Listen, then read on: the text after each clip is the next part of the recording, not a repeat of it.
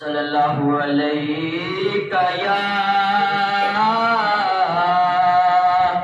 या रसूल अल्लाह वसल्लम अलैका या हबीब अल्लाह सल्लल्लाहु अलैका या रसूल अल्लाह वसल्लम अलैका या हबीब अल्लाह। कोई गुल बाकी रहेगा ना चमन रह जाएगा।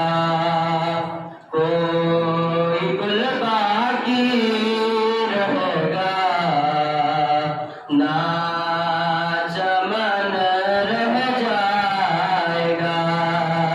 पर रसूलुल्लाह का दीने हसन रह जाएगा। कोई गुल बाकी रहेगा ना चमन रह जाएगा।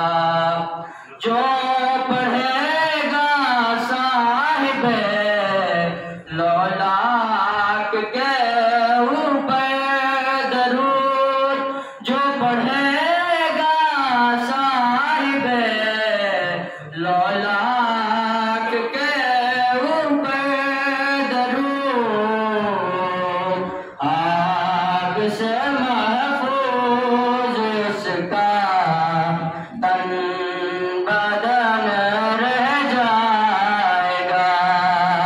आग से महफूज उसका तन बदन रह जाएगा। कोई गुल बाकी रहेगा ना चमन रह जाएगा। जो पढ़े